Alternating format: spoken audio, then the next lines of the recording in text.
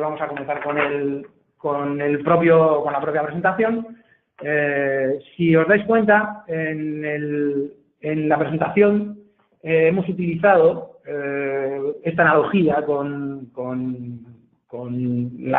el mantenimiento de nuestras bases de datos con un mantenimiento de nuestros vehículos, porque es un ejemplo que nos puede resultar bastante habitual de todos los que en algún momento hemos sido propietarios de un vehículo. Sabemos de la importancia del mantenimiento de estos vehículos y sobre todo y principalmente pues para evitar fallos mecánicos, para reducir el consumo que pueda tener ese vehículo o simplemente para cumplir con las normativas que se establecen para evitar ser multados.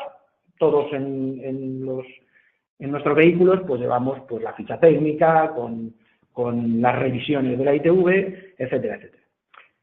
En este caso, llevado este concepto a la parte del mantenimiento de base de datos, debemos ser conscientes de la importancia que supone el mantenimiento y la buena gestión de los datos de nuestra compañía, ya que, al igual que ocurre con nuestro vehículo, nuestros datos y los procesos que los complementan necesitan ser vigilados y actualizados para evitar un descenso en el rendimiento, para que toda la información que se maneja en todos los rangos de la compañía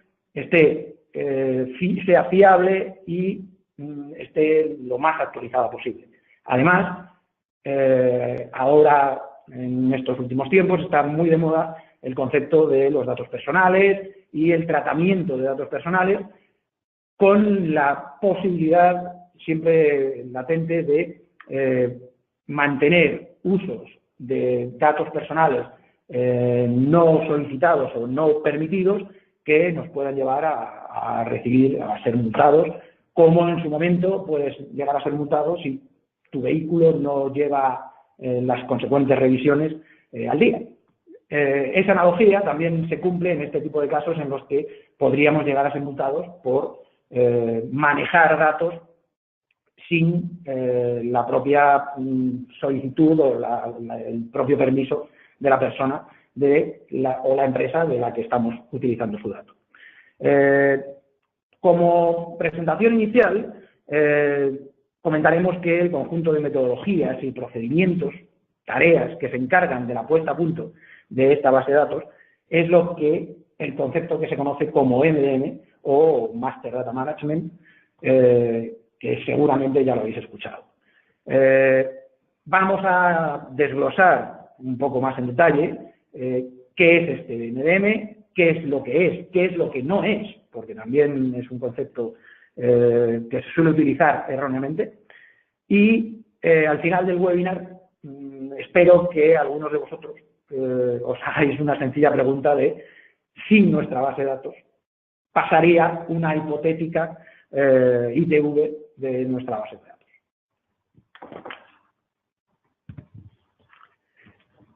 Antes de entrar a describir lo que es un proceso MDM o lo que es todo lo que engloba un proceso MDM, vamos a intentar aclarar un matiz que puede ser importante en lo que a la comprensión del propio concepto nos ocupa. Vamos a empezar primero por ver qué es lo que no es un MDM. Un MDM o un proceso MDM no es un software o un desarrollo a medida. Es decir, yo no puedo contratar que alguien me desarrolle un MDM o que alguien me implemente o me venda una licencia de un MDM. Porque un MDM no es un software, no es un desarrollo. Es un conjunto de metodologías, tecnologías y herramientas que conforman, digamos, todo lo que conlleva el mantenimiento y la actualización de nuestros datos. Es decir, si hablamos de el conjunto de metodologías, herramientas y tecnologías, hablamos de un global, no de algo específico o de algo, o no nos quedaríamos, digamos, únicamente en la parte aplicativa del conjunto. Hablamos de todo el global. Veréis más adelante que vamos a contemplar casos reales y vamos a intentar dar una visión general de qué contendría todo ese MDM.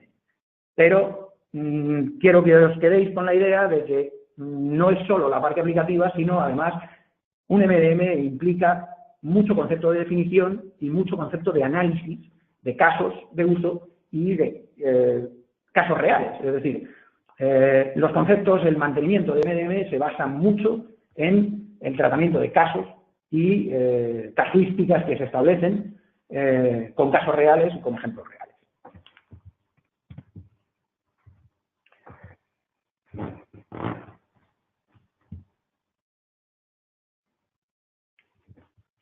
Una vez puestos en situación, tratemos de entender para qué necesitamos todas estas técnicas y cómo las vamos a implementar en nuestra organización. En esta lista podéis ver los puntos principales que vamos a abordar dentro de un MDM.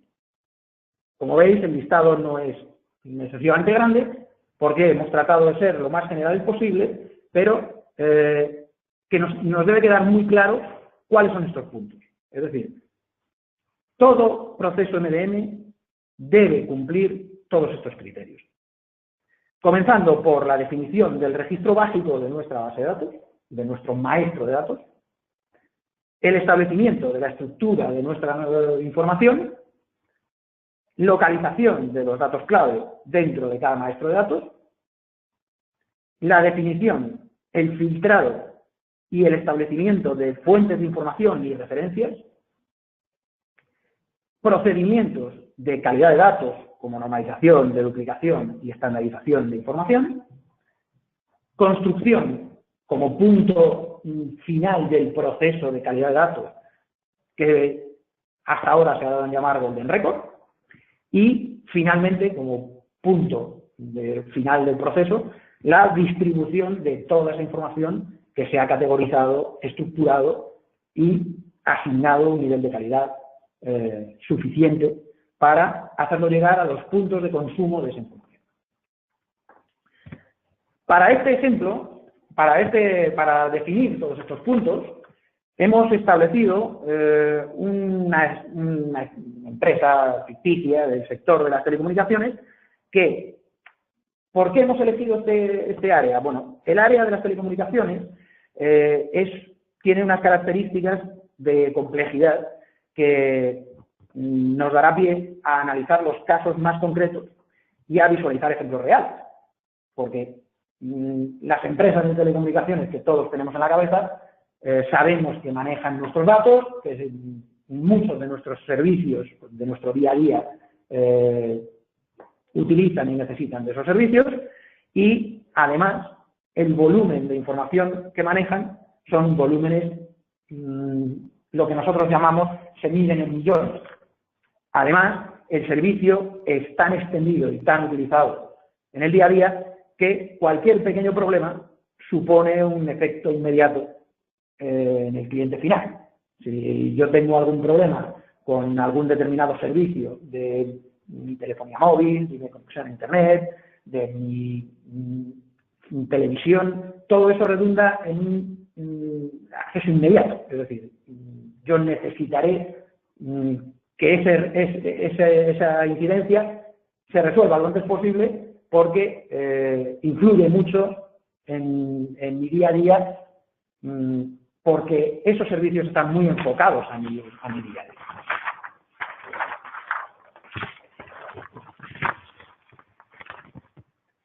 Comenzando con el primer punto que hemos definido, veis en el gráfico un montón de información que podría ser clave a la hora de representar qué tipo de información se almacena en un maestro de datos. Con lo cual, la primera pregunta que debemos realizarnos cuando nos planteamos comenzar un proceso MDM sería algo tan simple como ¿cuál es nuestro registro básico? ¿Qué información sería imprescindible a la hora de gestionar nuestro negocio? En muchas ocasiones, si cada uno de nosotros enfocamos el pensamiento en nuestra empresa, a cada uno quizás nos saldrá un producto, un elemento, un dato diferente. Es posible que pueda ser una empresa el registro básico, un producto, una persona o incluso un lugar o una ubicación. Por lo general, nuestro dato clave, nuestro registro básico, será un conjunto de varios elementos de esta lista que yo os comento. Normal que en una empresa de tamaño pequeño o mediano no se pueda conformar con un registro único sencillo. Se construirá con varios maestros de datos y el número de universos o maestros dependerá del tamaño de nuestra compañía y de los datos que vayamos a gestionar.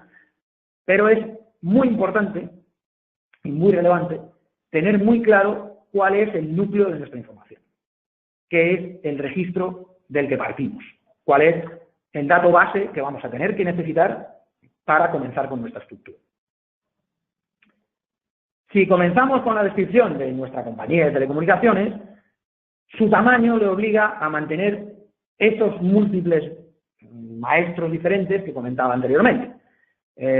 Si veis, en el gráfico se presentan varios tipos de registros.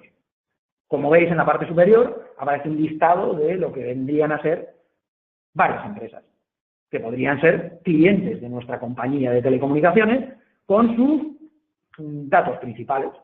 Un nombre de empresa que junto con la forma jurídica forman lo que vendría a ser la razón social, el nombre comercial con el que se le conoce y un poco más abajo, en la parte inferior derecha, vemos lo que vendría a ser la parte de los particulares, esas conexiones o esos servicios que nosotros contratamos para nuestra casa. Veis que aparecen los nombres de las propias personas con su género y con sus datos principales de nombre y apellidos. Si además enriquecemos nuestra estructura con los datos de sus direcciones, como veis en la tabla intermedia, y con los números de teléfono que ellos han contratado, bien sean empresas o bien sean particulares, empezamos a construir lo que es la estructura de nuestros datos. Todos estos valores, como ya veremos más adelante, están relacionados entre sí y seremos capaces de mantener sus relaciones y su información actualizada si mantenemos esas relaciones. Como veis, aquí en el ejemplo hemos unido la parte empresarial con la parte de particulares, pero seguramente en la estructura de nuestra empresa de telecomunicaciones ficticia estarán separados, porque los servicios que se aportan a las empresas y a los particulares son diferentes. El tratamiento es diferente, los costes son diferentes y es posible que determinados productos estén asociados a unos y no a otros. Con lo cual, deberemos establecer también maestros de productos específicos para cada una de las categorías. Como veis, ya van surgiendo esos universos y las estructuras o las separaciones entre ellos. Si somos capaces de establecer cuáles van a ser esos maestros, a partir de ahora nos será sencillo, o relativamente sencillo, establecer cuál es ese registro básico de cada maestro. Y a partir de ese punto empezaremos a trabajar en cómo relacionarlos.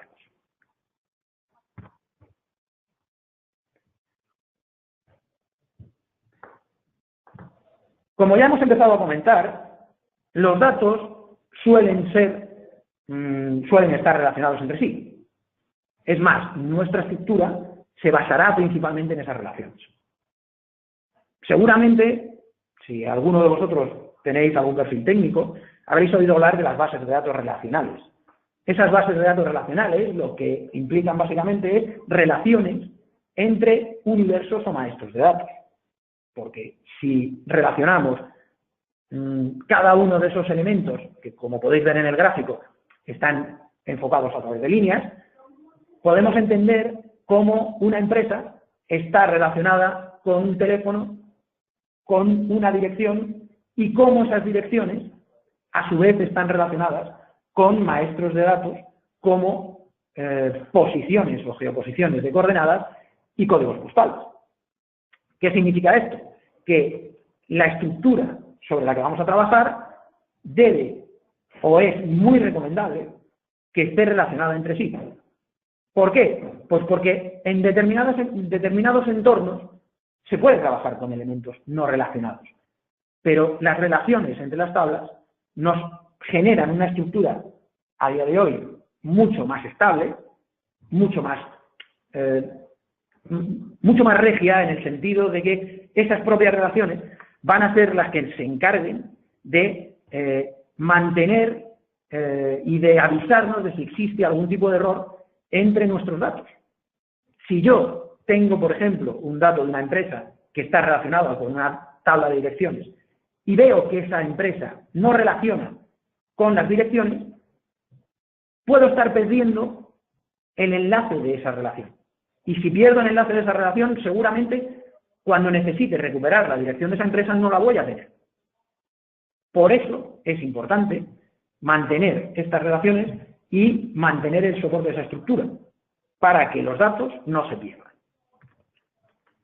Como vemos en la imagen, un caso real, observamos cómo existe dentro de nuestras empresas un código de calle.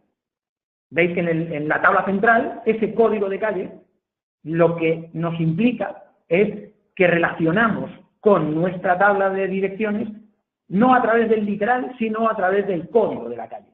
Porque siempre será mucho más sencillo manejar un código, que por lo general son números o concatenaciones de números y letras, que un literal, que se puede escribir de muchas formas. Es básicamente por eso por lo que se manejan códigos a la hora de establecer las relaciones. En ese cruce, como veis, hay un dato importante y no se ha usado o utilizado al azar, el concepto de coordenadas y códigos postales. Si os dais cuenta, existe una relación doble entre el código de calle y el número de la vía, tanto para coordenadas como para códigos postales. ¿Por qué? Porque la coordenada está basada en la calle y el número de la calle. El punto tiene que estar definido a nivel del portal que define un número de calle y un número, o sea, un código de calle y un número. Y los códigos postales ocurre lo mismo. Dentro de una misma calle, el número 1 puede pertenecer a un código postal y el número 17 a otro diferente. De ahí que se establezcan relaciones dobles de el código postal es único a nivel de la calle y el número, para poder establecer dos valores diferentes para el número 1 de la calle y para el número 17. Es por eso por lo que hemos establecido esa doble relación que se ve en esas dos líneas que salen del código de calle y el número de la vía, del ejemplo que hemos utilizado de un registro que podríamos estar manteniendo en nuestra empresa de telecomunicaciones.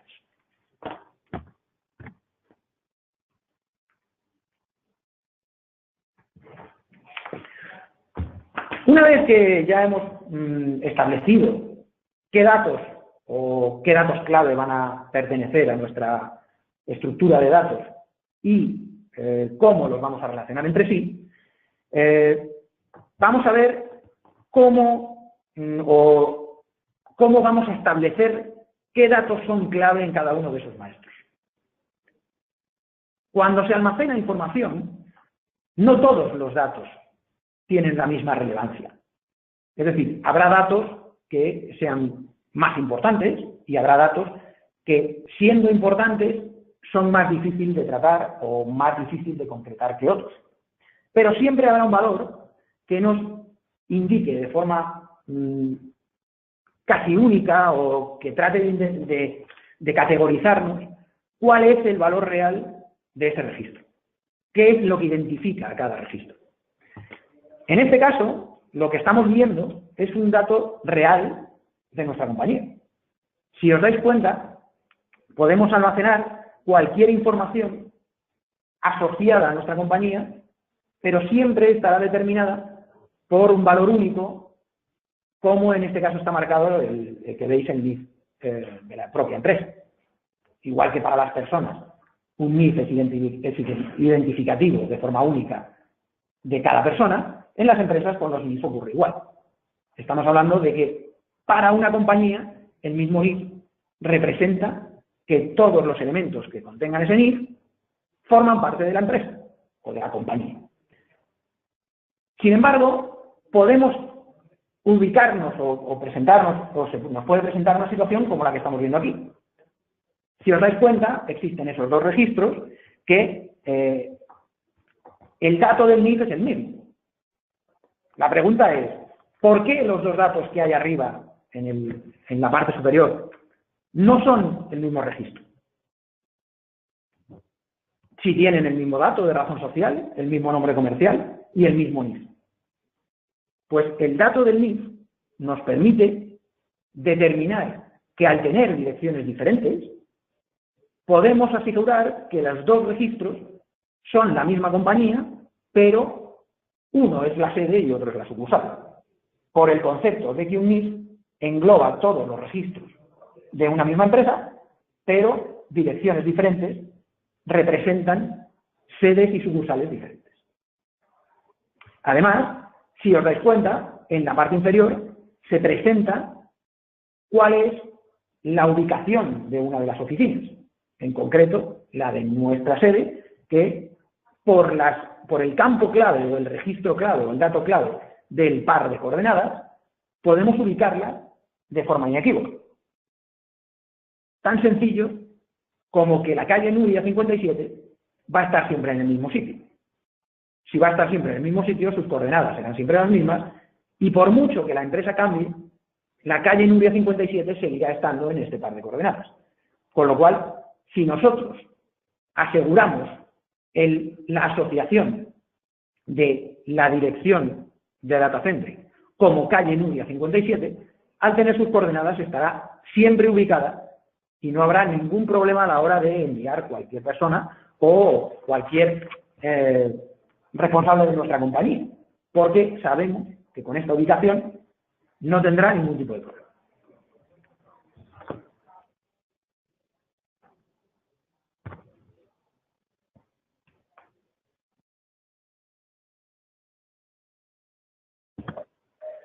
Una vez que ya hemos hablado de cómo se va a estructurar nuestra información, hemos trabajado en los cimientos de la estructura que soportará nuestros datos, podemos comenzar a trabajar con la información con la que disponemos para adecuarla a dicha estructura. Para ello, será necesario que analicemos esos puntos básicos definiendo fuentes de información y líneas de actualización que mantengan nuestros datos al día, añadiendo aquellos elementos de nueva creación, eliminando los que ya no pertenecen a nuestro universo y actualizando o simplemente confirmando aquellos datos que aún se mantienen vigentes. Si utilizamos, como veis en el gráfico, fuentes de información de carácter público y principalmente si podemos utilizar elementos o organismos oficiales, la información que tengamos va a ser muy relevante y va a ser muy estable, porque esos organismos oficiales están obligados a mantener su información lo más actualizada posible y con la información lo más completa posible, porque son las referencias a las que todo el mundo apunta. Si además contamos con algún partner externo que partiendo de nuestra información, de la información que está incluida en nuestros datos, es capaz de enriquecer nuestros maestros con variantes de información adicional. Existen muchas categorías de información adicional. Ahora mismo nosotros, por ejemplo, estamos trabajando con indicadores analíticos, de niveles socioeconómicos, índices de morosidad, tendencias de gasto o incluso, como veis, está incluido el logo de la Agencia Estatal de Meteorología, la EMET, porque en estudios analíticos es muy importante, o en determinadas categorías, en determinadas áreas de negocio, es muy importante los datos meteorológicos. Entonces, si alguien es capaz, si una empresa es capaz de establecernos un análisis que nos indique los rangos de un estudio a nivel meteorológico, seguramente podremos establecer determinadas decisiones de negocio basados en esos puntos. De ahí que esos datos también serán relevantes. Si además podemos incluir información de organización geográfica, ya veis que también aparece en el listado la sede electrónica del catastro, en la información catastral el seccionado censal, las coordenadas geográficas o incluso también aparece el logo del Instituto Nacional de Estadística. Todos esos organismos oficiales nos aportan mucha información relativa a datos de referencia a nivel de códigos de calle, a nivel de códigos de municipio. El número de municipios es único y no se modifica, digamos, anualmente, pero establecemos siempre los municipios en torno a la referencia del Instituto Nacional de Estadística. Todos esos datos son clave a la hora de cruzar a nuestros maestros con elementos estables, para que esa información no corrompa la información de nuestros datos. Con lo cual, será muy importante establecer puntos de relación entre nuestros maestros y estas referencias oficiales. Si además ocurren o surgen circunstancias como las que están ocurriendo últimamente con el tema de datos personales, se incluye además un filtro o un punto más de actualización que será clave, que en este caso es lo que hablamos de la gestión de exclusiones o lo que se conoce en el entorno de gestión de datos como listas de Robinson. Veis que en el medio del gráfico aparece la CECEN, que es la que gestiona la principal lista de Robinsones y exclusiones de datos personales. Y será muy importante que a partir de ahora, con las reglas tan estrictas que se han establecido en la Unión Europea, nuestros datos se enriquezcan con información de estas listas de exclusiones. ¿Por qué? Porque, como comentábamos inicialmente, podemos incurrir en tratamiento ilegal de datos si no tenemos esa información actualizada. Y si utilizamos información de personas o empresas que han reclamado su anonimidad en una lista oficial, es posible que podamos recibir una multa o podamos ser sancionados por tratamiento ilegal. De ahí que hagamos mucho hincapié en el cruce o en el enriquecimiento de nuestra información con fuentes oficiales como las que estamos viendo aquí, que aparte hay muchas más.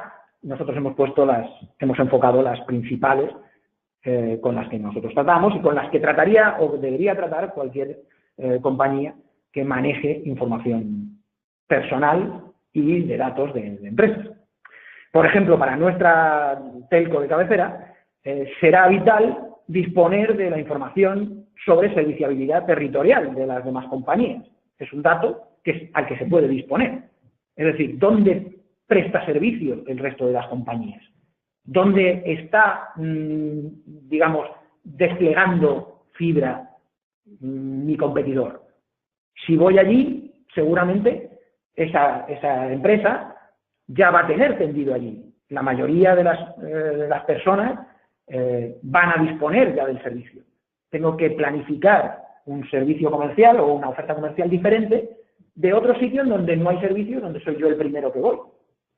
De ahí que para establecer una política comercial de una manera diferente de una u otra, debemos tener esa línea de información o disponer de esa línea de información que nos hará cambiar nuestra política de ventas o incluso descartar un posible despliegue si vemos que el mapa de servicios que hay en esa zona no nos conviene.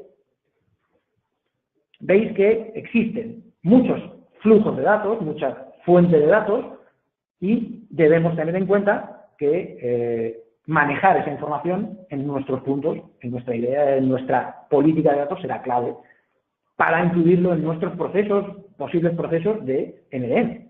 Hay que tener muy en cuenta qué fuentes podemos manejar y qué datos nos aportan. Antes de pasar al siguiente punto, solo incluir un apunte, porque también es de un tiempo a esta parte, existe una tendencia que se maneja en la sociedad de la información, en el que el volumen de los datos que a día de hoy se dispone es enorme. Existen casos de volúmenes de información gigante, seguramente más de uno habréis oído hablar del famoso Big Data, de descargas masivas de información no estructurada, volúmenes magníficos de fuentes de información con contenidos mayúsculos. Es muy importante también controlar el flujo de la información que manejamos. Debemos tener muy en cuenta cómo acometer ese consumo de esos datos. Debemos tener muy en cuenta si somos capaces de filtrar y consolidar aquellos contenidos que nos sean realmente útiles. Porque debemos evitar esa especie de síndrome de Diógenes que en algunos casos nos hace acumular ingentes cantidades de información simplemente por el hecho de que está disponible. Si esta información no nos es necesaria, el hecho de almacenarla seguramente va a provocar que nuestros procesos se ralenticen y generen errores al obligarles a mantener actualizados datos que no son necesarios.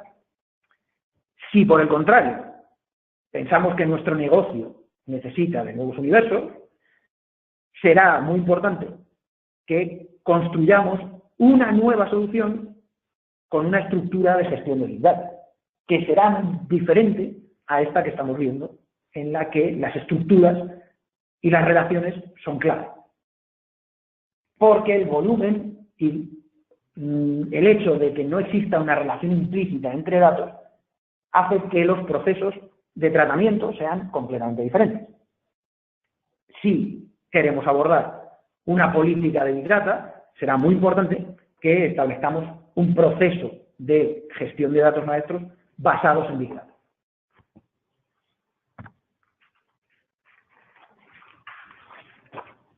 Una vez que ya hemos consumido o que estamos tratando la información, llegamos a la parte de lo que sí serían procesos o sí serían procedimientos reales.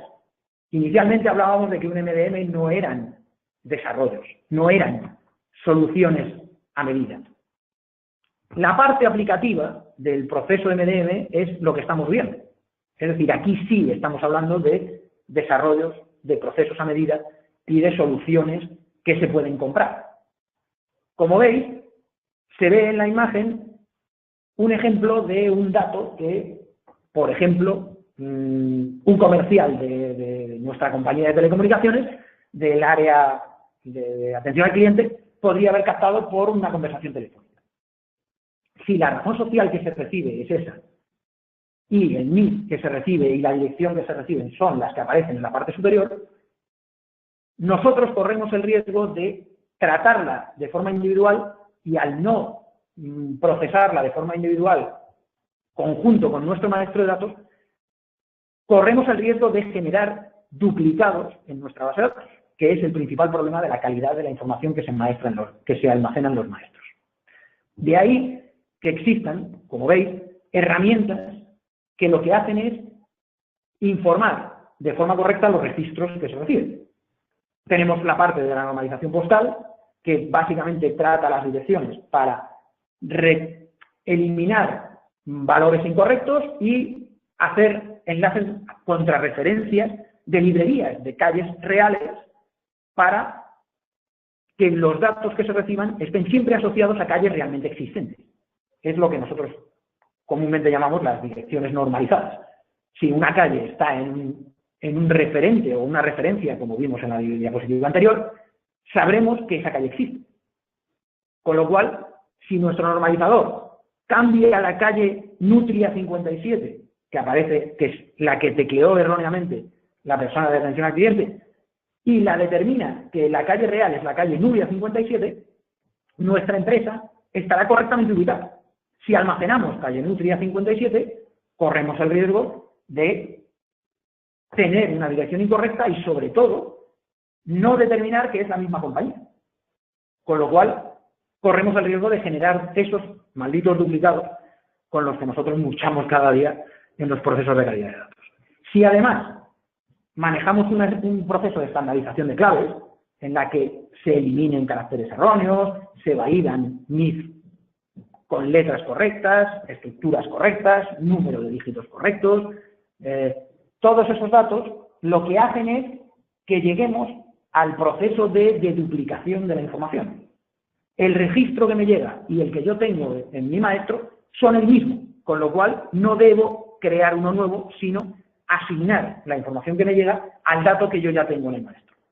De ahí que ese tratamiento me genere la eliminación de un posible dato duplicado, evito la fragmentación de mi base de datos y mantengo un único registro con los datos correctos.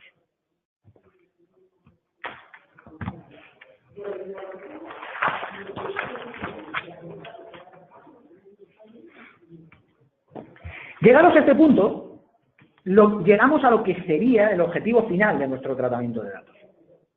Una vez que ya hemos establecido, definido nuestros datos maestros, nuestra estructura, solamente a nuestra estructura únicamente le faltará por determinar lo que se ha considerado como el núcleo de nuestro universo de datos, que en el argot se conoce como Golden Record. Seguramente alguno de vosotros ya lo habréis oído nombrar. Es este registro dorado, o como en su definición en inglés, está conformado por la unión de las partes principales de nuestros maestros de datos y se actualiza de forma sincronizada con cada uno de los movimientos que reciban esos maestros de datos. Como veis en la imagen, es el conjunto de trozos o partes de esos maestros. He intentado colorear cada uno de los maestros en un color diferente, ha quedado bastante colorista el gráfico, pero lo que quiero hacer ver es que cada una de las partes principales de la estructura de nuestros maestros son un trocito de ese Golden Record.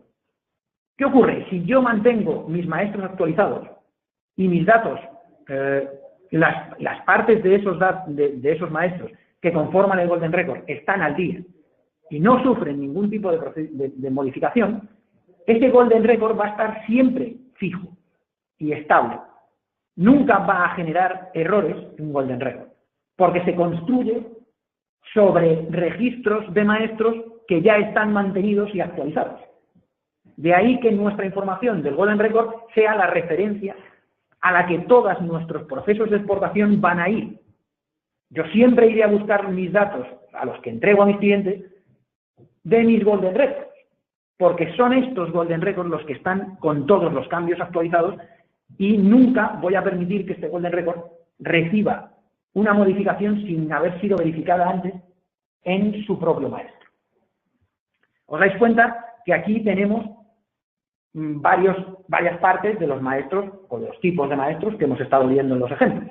Tendríamos una parte de datos fiscales o datos de la propia empresa, que son en la razón social, el nombre comercial y el NIF, partes del maestro de geolocalización o de localización, que vendría a ser la dirección y las coordenadas, partes del maestro de contactabilidad, como podría ser a través de su teléfono, su dirección, su URL y su email, y ya dentro de lo que vendría a ser nuestro propio negocio, cuáles son los productos o los servicios que estoy ofreciendo a ese cliente. Como veis, nuestra empresa de telecomunicaciones vende o está dando el servicio de una conexión de red punto a punto y un servicio de líneas de móvil a nuestra compañía. Pues nuestro maestro, el asociado al maestro de la empresa Datacentric, tiene asociados esos dos servicios. El servicio de red local y el servicio de telefonía móvil. Si además mantengo en el maestro de datos de personas el contacto de con quién he gestionado ese servicio, que en este caso es nuestro director de informática, y además enriquezco esa información con datos como los que os comentaba antes, de indicadores socioeconómicos o índices de morosidad, tengo una información global de esa compañía que me permite trabajar en cualquier ámbito con esa relación que mantengo con ese cliente. Yo puedo saber en dónde está ubicado, quién gestiona los servicios, qué servicios tiene y cuál es su entorno. Si es un entorno de un nivel socioeconómico más alto o más bajo, si tiene un nivel de riesgo, es una compañía que tiene un riesgo más alto o más bajo. Todo eso es información que mantenemos de nuestros clientes. Si esto está mantenido en los maestros, lo veremos reflejado en nuestro Golden Record. Y nuestro Golden Record será nuestra punta de lanza de cualquier proceso de entrega de datos o de consumo de datos que realicemos. Llegados a este punto, no nos queda más que distribuir ese tesoro que hemos ido consiguiendo tras el tratamiento, la estructura y la generación de nuestros propios datos. Este punto es clave, como todos los anteriores, por el hecho de que una información no será 100% correcta si no establecemos un consumo adecuado de la misma. Si ya tenemos todos nuestros datos actualizados y al día, debemos tener muy claro cómo distribuirla, cómo hacerla llegar a todas las partes de nuestra compañía. Si tenemos cualquier problema o cualquier error de actualización o de envío, de traslado de esa información, corremos el riesgo de desincronizar ese flujo de datos y que partes de la compañía manejen una información y otras otra diferente. De ahí que hayamos diseñado este gráfico que veis en la imagen de cuáles son el flujo o cómo se maneja el flujo de información en nuestra compañía de telecomunicaciones, que este sería nuestro ejemplo. Nuestra compañía de telecomunicaciones puede tener, como veis, tiendas físicas en las que se dispone de la información de las personas que consumen o contratan servicios. Pero a su vez también existe la parte de la tienda online o el centro de atención al cliente a la que llaman por teléfono las personas que están interesadas en contratar servicios. Si además los datos que mantengamos tienen o deben tener enlaces con la parte comercial para hacer determinadas campañas de publicidad o campañas de servicios o nuevas ofertas, así como por supuesto el soporte y mantenimiento técnico de los propios servicios, si además lo incluimos la parte del área financiera, vemos que la información que hemos estructurado debe fluir por un montón de sitios, por muchos sitios. Entonces, este flujo debe ser uniforme y no se debe perder en ningún momento la sincronización entre todos. Un ejemplo claro de cuáles son los problemas típicos que ocurren en la distribución de esta información es un ejemplo real que más de uno ha podido sufrir. Sobre todo en empresas de telecomunicaciones, como esta que nos pasa con el ejemplo.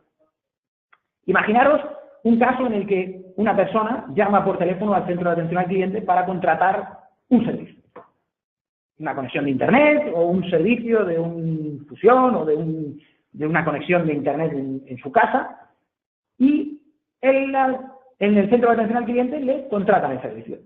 Realizan el contrato de servicio con toda la información, pero necesita los dispositivos físicos de ese servicio, o las tarjetas de un móvil o algo semejante, que debe ir a las tiendas físicas. Si yo no obligo a que mi sistema distribuya la información de ese nuevo cliente a todas mis líneas de distribución, en las tiendas físicas no constará ese cliente. Y si yo voy a recoger las tarjetas de mi móvil y en la tienda física no aparece, es posible que recibamos un mensaje del estilo como es que pertenece a otro canal, ¿puede ponerse en contacto con ellos para resolver la incidencia? Este mensaje lo que da la sensación es de que nuestra compañía, la compañía de telecomunicaciones, a pesar de que la página web donde yo he visto la oferta y la tienda física donde he ido comparten el logo y los colores corporativos, nos quedará la sensación de que son dos empresas diferentes. Porque se ha establecido esa separación entre áreas de consumo de los datos. Si no he sido capaz de que los datos que yo aporté en el centro de atención al cliente se hayan trasladado a las tiendas físicas, llegará un punto en el que el cliente dude de la fiabilidad del servicio de mi compañía de telecomunicaciones. Y seguramente irá a otra compañía a que le ofrezcan ese servicio por ser más fiable. Con lo cual, yo he perdido un cliente y he dado imagen de que en mi compañía el consumo de los datos está parcelado. Y hay determinadas áreas que manejan su propia información y que no la comparten con el resto de los entornos. Es por eso que debemos ser muy cuidadosos a la hora de hacer el despliegue de nuestra información. Una vez que ya hemos entregado esa información a los puntos de distribución, hemos terminado con el proceso de gestión de nuestra información. Nuestros maestros ya están creados, estructurados, contienen datos al día, están completamente actualizados, están referenciados a orígenes oficiales, todos los datos son fiables, no consumo información de listas de exclusiones y me obligo a no generar duplicados, mantengo procesos de duplicación, enriquecimiento y consigo hacer llegar los datos con una frecuencia de refresco lo suficientemente interesante para que nuestros puntos de despliegue o de entrega de esa información estén al día.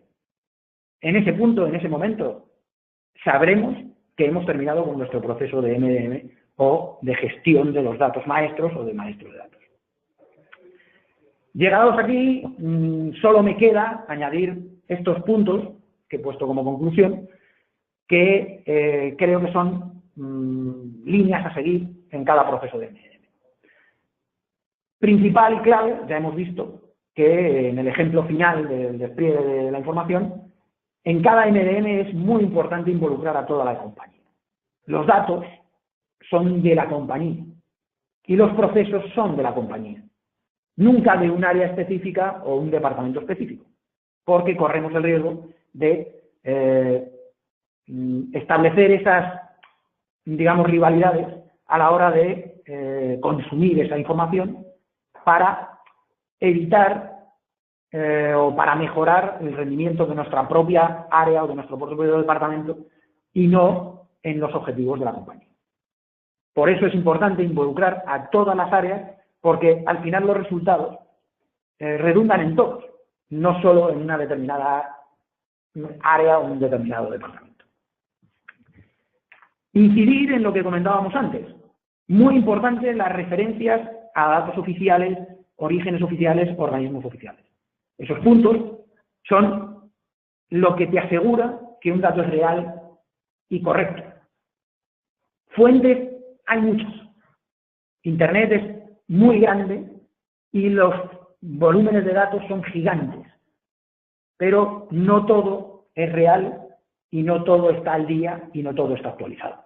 Con lo cual, intentemos, al menos para construir la base de nuestros datos, intentemos ir a referencias oficiales, reales y estables. No caigamos en la tentación de consumir información por volumen o porque lo tenemos disponible.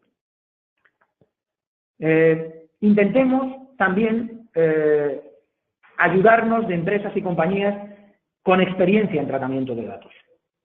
La calidad de los datos, por más que haya elementos que se puedan considerar obvios, como un tratamiento de un NIF o un tratamiento de una coordenada, son claves, es clave la experiencia. Si hablamos con empresas que tienen experiencia en tratamientos de volúmenes grandes de datos, que han realizado múltiples procesos de calidad de datos, seguramente estaremos en disposición de tratar mejor nuestros datos y sobre todo de enriquecerlos con información correcta. Construir toda la información no es el final del camino. El mantenimiento es clave. unos datos, un volumen de datos, un buen volumen de datos, una estructura global de datos, será mediocre si no lo actualizamos y lo mantenemos. Debemos mantener lo que ya creamos. Esas líneas de actualización serán básicas.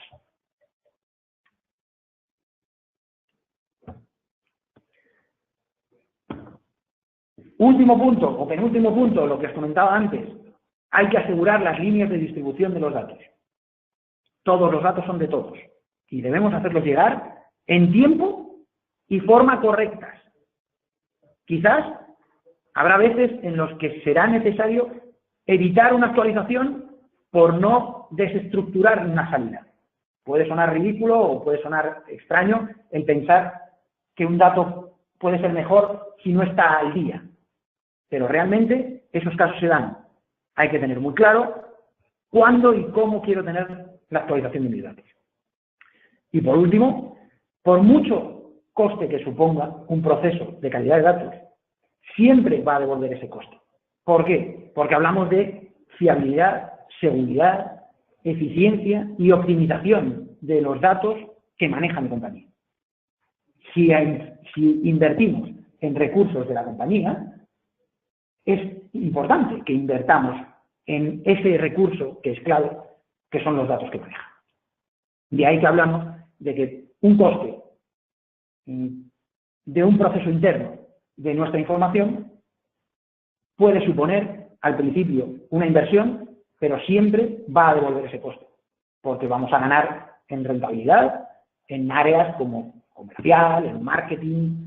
Para ese tipo de áreas, para ese tipo de departamentos, la fiabilidad de los datos es clave. De ahí que siempre se considere que son procesos internos, pero que siempre devuelven el coste. Y hasta aquí. No creo haberme dejado nada. No queda más que deciros que si seguimos todas estas buenas prácticas, tendremos una información fiable y bien estructurada con la que podremos manejar y la que podremos entregar a nuestros clientes sin ningún tipo de problema. Si queréis ahora realizar cualquier pregunta, yo estoy dispuesto, sé que me he ido de tiempo bastante, pero si estáis interesados en cualquier información, por supuesto, yo puedo responderos en cualquier momento en mi correo electrónico, que es el que os acabo de presentar. En la última diapositiva de la presentación está reflejada, con lo cual, si queréis poneros en contacto, yo estaré encantado en responderos cualquier pregunta o cualquier duda que tengáis. Y recordaros que el vídeo del webinar va a estar subido al canal de YouTube, por si queréis volver a verlo o si queréis verlo desde el principio si no habéis podido verlo. No me queda más que añadir. Voy a contestar una pregunta que me llega a través del panel. Me preguntan si se puede automatizar el proceso MDM para que sea en tiempo real y con qué herramienta. ¿Se puede automatizar un proceso MDM? Un proceso MDM como tal, como ya hemos comentado, no es solo un proceso. Estamos hablando de una definición global.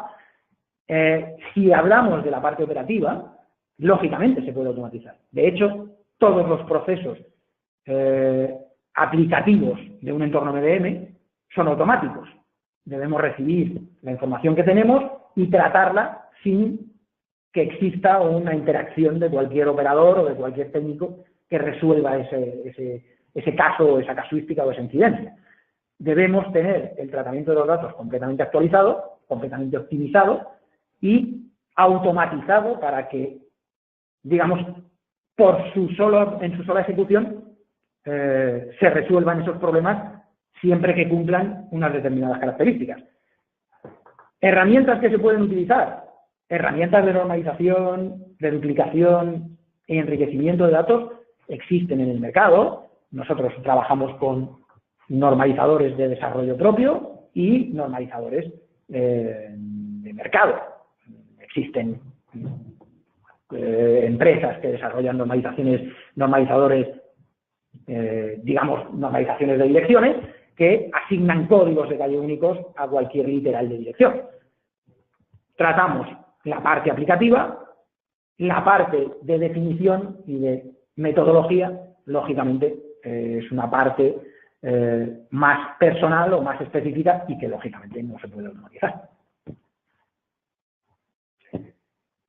Bueno, creo que no queda más por añadir. He visto la lista de preguntas. Como me he ido, digamos, un poco de tiempo, me vais a permitir que las que me he dejado sin contestar las responda por correo electrónico, porque, digamos, he consumido demasiado tiempo.